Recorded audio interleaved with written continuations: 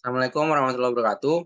Dari kelompok Karimun Jawa akan mempresentasikan hasil kerja review kelompok kami yang berjudul Research Methodology for Analysis of E-commerce User Activity Based on User Interest Using Web Usage Mining. Kelompok kami terdiri dari saya sendiri, yaitu Roy Fasti dengan NIM 520411463, dan yang kedua yaitu Adi Gunawan dengan NIM 520411486, dan kemudian Rizky Diar Panuntun dengan NIM 520411499, kemudian Sahrul Gunawan 520411508, dan yang terakhir yaitu Candika Setiadi dengan NIM 520411516. Di sini saya akan menjelaskan pada bagian pendahuluan. Penelitian ini membahas tentang metode untuk menemukan minat pengguna terhadap produk yang ditawarkan di situs e-commerce. Berdasarkan data klik menggunakan pendekatan web usage mining, penulis menggunakan indikator durasi atau waktu yang dihabiskan pengguna di halaman web untuk mengukur minat pengguna. Penulis juga menggunakan teknik clustering dan klasifikasi untuk menganalisis perilaku pengunjung dan minat mereka terhadap produk e-commerce. Paper ini disusun sebagai berikut. Bagian 2, menyajikan tinjauan pustaka terkait penelitian yang telah dilakukan tentang penambangan data klik. Bagian 3, menjelaskan metode integrasi dan rumus untuk menghitung minat pengguna serta algoritma terkait. Bagian 4, menyajikan studi eksperimental. Bagian 5 adalah bagian terakhir dari paper ini, yang berisikan kesimpulan dan saran untuk arah penelitian masa depan. Kemudian yang selanjutnya akan dijelaskan oleh teman saya, itu Rizky Diar Panuntun.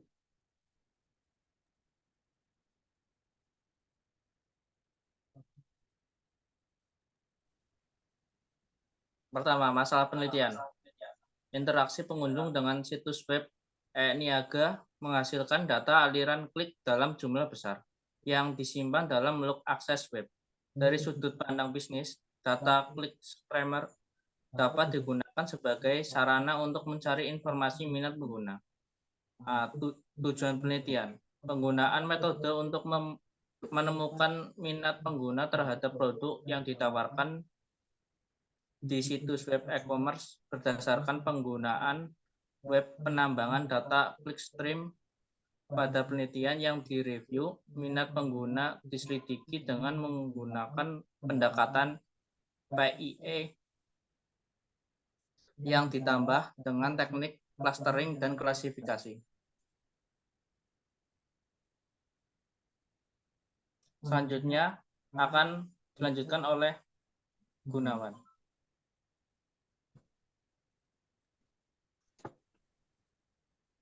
Baik, metode penelitian. Yang pertama ada pengumpulan data.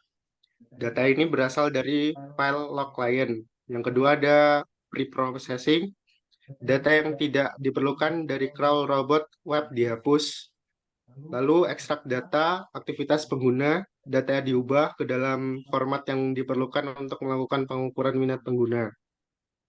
Lalu estimasi minat halaman. Minat pengguna diukur dengan penggunaan pendekatan metode analisis perilaku browsing pengguna. Lalu, pelabelan kumpulan data dan penemuan pola. Kedua tahap ini digunakan untuk menemukan pola aktivitas pengguna berdasarkan minat pengguna. Dan terakhir, analisis pola. Pola-pola yang ditemukan pada tahap penemuan dipelajari untuk mengetahui minat pengunjung terhadap produk yang ditawarkan. Pembahasan.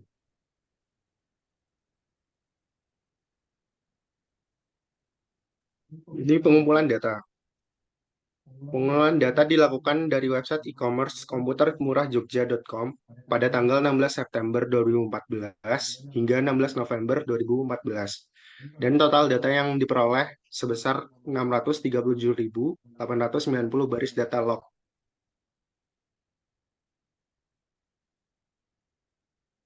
Kemudian, setelah data terkumpul, penulis melakukan tahap pre-processing data yang terdiri dari 5 tahap, yaitu cleaning, untuk menghapus data yang tidak diperlukan, kemudian identity page, untuk mengetahui halaman mana saja yang diakses oleh pengunjung dalam kategori komputer dan gadget. Lalu determine the page size of each page, menentukan ukuran halaman dari setiap halaman menggunakan tools online tools.pingdom.com. Lalu ada Identity Session ID untuk menentukan IP klien dari setiap pengguna. Lalu ada Calculate Browsing Time, menghitung waktu browsing dan menentukan frekuensi pengunjung pada setiap halaman dalam kategori yang ditentukan.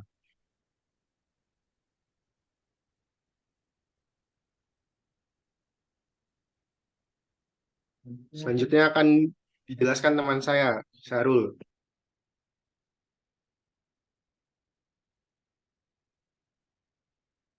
Baik, selanjutnya untuk pengukuran minat pengguna yang setelah melakukan pre-processing tadi, maka data diperoleh adalah alamat, IP pengunjung, kemudian ukuran halaman, waktu browsing pengunjung, dan frekuensi.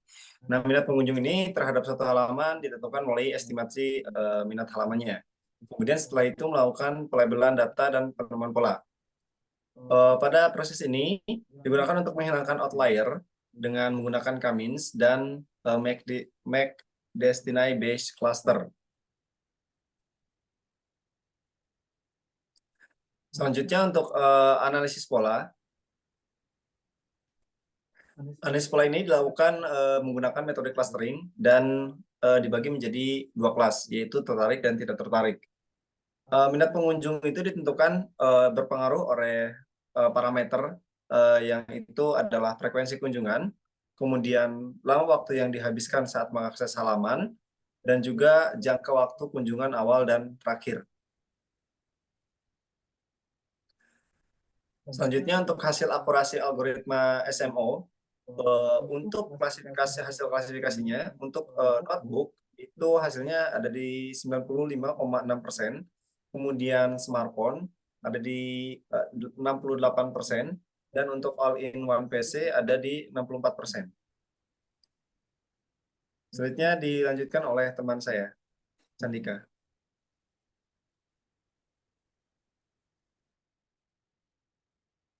Oke, terima kasih atas waktunya. Di sini saya akan menjelaskan tentang atribut dari dataset. Dataset di sini bernama Productivity Prediction of Government Employee. So, buat deskripsi daripada atribut ini adalah deskripsi daripada data yang kita punya ini adalah industri pakaian yang merupakan salah satu contoh utama globalisasi industri di era modern ini. So, ini adalah industri yang sangat bergantung pada tenaga kerja dengan banyak proses manual, memenuhi permintaan global yang tinggi untuk produk pakaian sebagian besar bergantung pada kinerja produksi dan pengiriman para karyawan di perusahaan manufaktur pakaian. Oleh karena itu, sangat diinginkan di kalangan para pengambil keputusan di industri pakaian untuk melacak, menganalisis, dan memprediksi kinerja produktivitas tim kerja di pabrik-pabrik mereka. So, saya akan menjelaskan sedikit tentang konten dari dataset ini. So, dataset ini mencakup atribut penting dari proses manufaktur pakaian dan produktivitas karyawan, seperti pada deskripsi yang sudah saya sampaikan sebelumnya, yang telah dikumpulkan secara manual dan juga telah divalidasi oleh para ahli industri. So, dataset ini memiliki beberapa atribut, yaitu ada date, ada day, ada quarter, ada department, team underscore no of worker, no of style change, target productivity, SMP, WIP, overtime, incentive, idle time. Ya, kurang lebih seperti itu. Dan di sini saya akan menjelaskan beberapa sedikit dari atribut dataset ini. So, seperti yang kita tahu, date ini menjelaskan tentang tanggal dalam format month, day, dan tahun. Jadi, formatnya itu dalam bulan, hari, dan tahun. Day sudah pasti hari dalam seminggunya. Quarter itu sebagian bulan. Sebulan dibagi menjadi 4 kuartal. Departemen yang terkait dengan instansi yang tentu saja sesuai dengan konteks. Tim no adalah nomor tim yang terkait dengan instansi.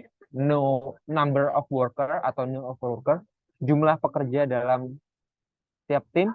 No of style change, yaitu jumlah perubahan gaya dalam produk tertentu. Target productivity adalah produktivitas yang ditargetkan dan ditetapkan oleh otoritas untuk setiap tim setiap hari. SMP ini adalah nilai menit standar waktu yang dialokasikan dalam sebuah tugas atau pekerjaan. Dan WIP adalah, atau bisa disingkat, WIP ini bisa disingkat jadi work in progress, jumlah item yang belum diselesaikan untuk sebuah produk.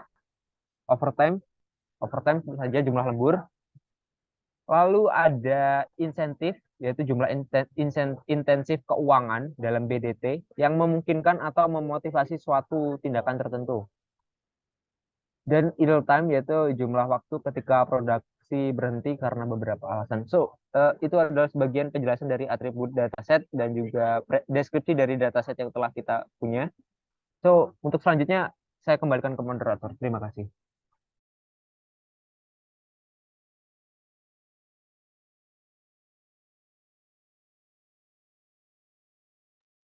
Baik, di sini ada penjelasan yang tertinggal yaitu mengenai kesimpulan dari hasil review dari jurnal yang kami review.